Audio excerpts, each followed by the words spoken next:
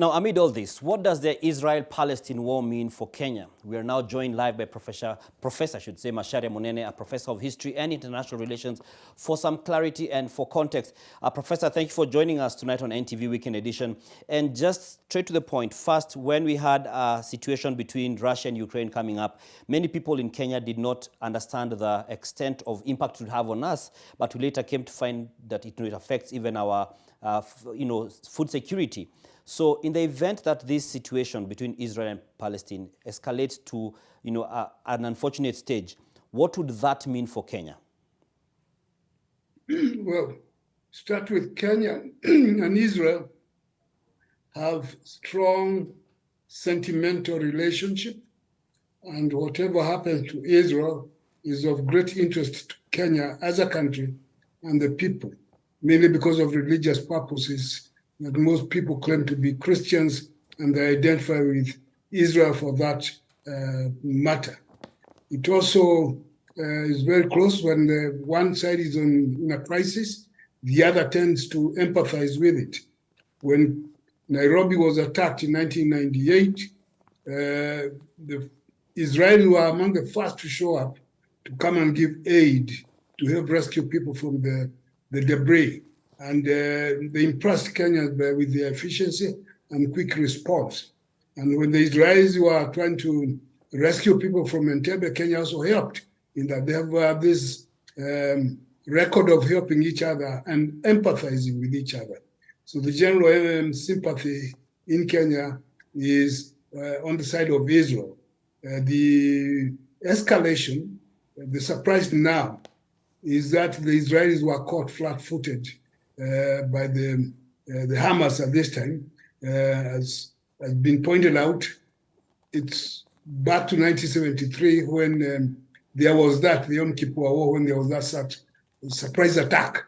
And the way the war ended was something else. We know that the economies of the world were dislocated, mainly because of the OPEC country deciding to use oil as a weapon. From that angle, there was total dislocation.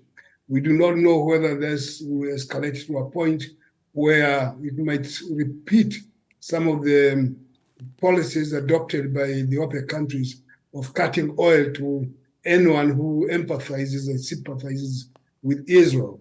If that happens, then of course there will be a direct effect, economic effect in that regard.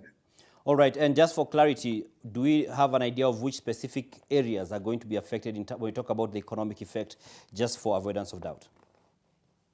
Well, if they cut off the oil, we are already complaining about the price of oil is going to be even higher. And not only that, the depletion of the hard currency, not just in Kenya, but everywhere, as the mopping up. So the economy, there will be skyrocketing prices. If that happens, there will be shortages of essential commodities if that happens. But it depends on how long it takes and how those who supply the oil, if they decide to do what they did in 1973, then the consequences are likely to be stiff all around.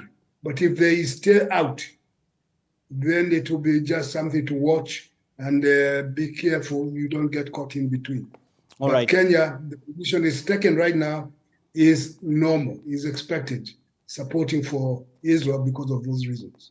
Okay, and yeah, that just speaks to my closing question, which is based on the PS in the Ministry of Foreign Affairs, the State Department of Foreign Affairs, that is Korir Sing'oei. He had earlier on put out a tweet talking about Kenya's strong condemnation of the despicable terror against Israel and regrets the carnage and senseless loss of life.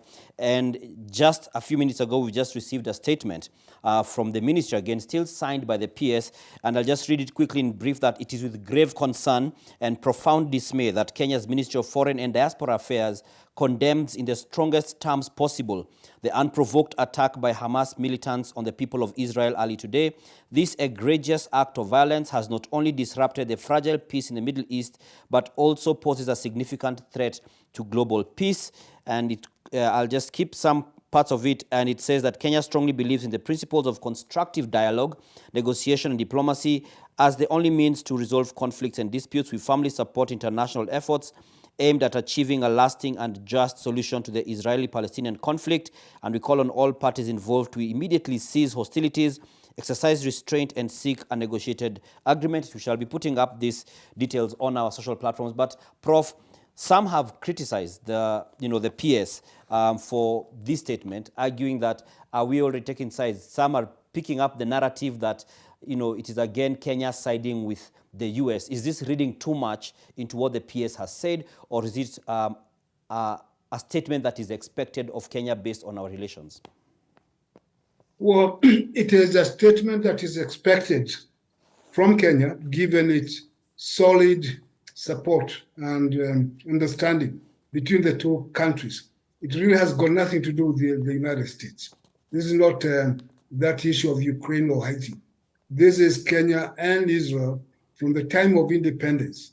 They developed this closeness that they support each other, irrespective of what the situation. So that's why I said it's a sentimental relationship. And the PS was right as far as Kenya's position is concerned. It's just reinforcing what Kenya has been doing, what Kenya believes in. It has not changed that position, although at one time it did look as if when it invited the Iranian president to this place, and there was some concern here and there.